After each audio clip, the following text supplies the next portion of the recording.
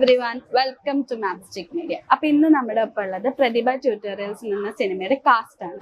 Welcome to Mapstick Media. എങ്ങനെയുണ്ട്, എന്തൊക്കെയുണ്ട് വിശേഷം? അടിപൊളി, സുഖം.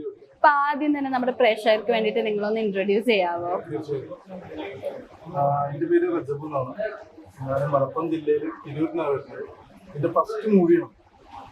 അതുകൊണ്ട് തന്നെ ഒരുപാട് ആഗ്രഹം വെച്ചിട്ടാണ് ഈ ഒരു മൂവിയിൽ ഞാൻ ജോയിൻ ചെയ്തത്.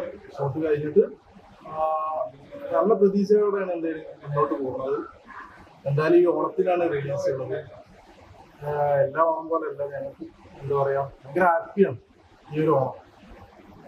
എൻ്റെ പേര് വാമിക. ഞാൻ മാവേലിക്കരയിൽ നിന്ന് വരുന്നു. ഇതെന്റെ ഫസ്റ്റ് മൂവി തന്നെയാണ്. അപ്പൊ ഞാനും അത്രത്തോളം ആസ്വദിച്ച് ചെയ്ത ഒരു ഫിലിമാണ്. അപ്പോ നന്നാകുന്നു പ്രതീക്ഷിക്കുന്നു. ഹായ് എവ്രിവൺ, എൻ്റെ പേര് ആതിര വി മനു. എൻ്റെ വീട് ബാംഗ്ലൂരാണ്, നാട് ആലപ്പുഴ ചേർത്തല.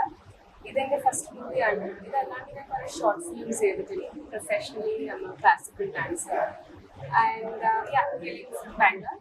അപ്പോൾ നമ്മൾ ഈ ഓണം ഈ വർഷം വളരെ ഡിഫറെൻ്റ് ആണ്. കാരണം നമ്മൾ ഇത്രയും കഷ്ടപ്പെട്ട് ആദ്യമായിട്ട് ആഗ്രഹിച്ച് സിനിമ ചെയ്യുന്നതാണ്. അപ്പം ഈ റോളിനെ കുറിച്ചൊന്നും അല്ല, ഇറ്റ് ഡിപ്പെൻഡ്സ് ഓൺ ഹൗ നമ്മളെല്ലാവരും ഓരോരോ നമ്മളെ കൊണ്ട് പറ്റുന്ന പോലെ നമ്മൾ ചെയ്ത് എല്ലാവരും അതിൻ്റെതായ ഇൻവെസ്റ്റ് ചെയ്ത് നടക്കുന്നു. So I wish all of you come supporters. അപ്പൊ മൂന്നേര് ഫസ്റ്റത്തെ മൂവിയാണ്. ടെൻഷൻ ഉണ്ട് അതിന്റെ? ടെൻഷൻ ഉണ്ടാകും, സ്വാഭാവികമാണ്. സിനിമയിൽ അഭിനയിച്ചപ്പോ ടെൻഷൻ ഉണ്ടായിരുന്നോ? ഇല്ല, അവള് ജോളിയായിരുന്നു.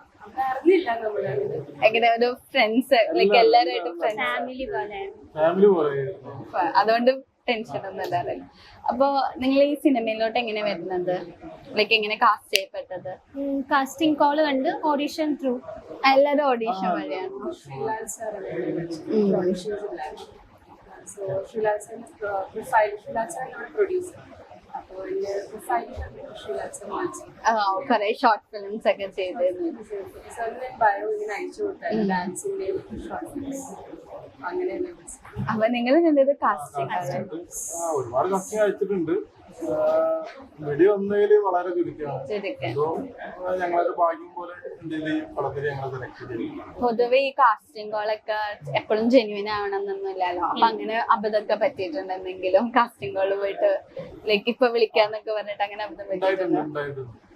കുറച്ച് ഞങ്ങള് രാവിലെ പോയി കഴിഞ്ഞാല് വൈകിട്ട് വരെ എന്ത് ചെയ്യും, ഒരുപാട് കാര്യങ്ങളായിട്ട് ഇതാണ് ചെയ്യുന്നത്. അവർ വിളിക്കാന്ന് പറഞ്ഞിട്ട് പിന്നെ വിളിയൊന്നും കാണുന്നില്ല. നല്ല പ്രതീക്ഷയോടെ അവർ ഇരിക്കല്. പക്ഷെ ഇതെന്തോ ഞങ്ങൾക്ക് നല്ല പ്രതീക്ഷ. ഇപ്പൊ പ്രൊഡ്യൂസർ ആണെങ്കിലും ഡയറക്ടർ ആണെങ്കിലും നല്ല അത്രയും സപ്പോർട്ട് ഞങ്ങൾക്ക് തന്നു.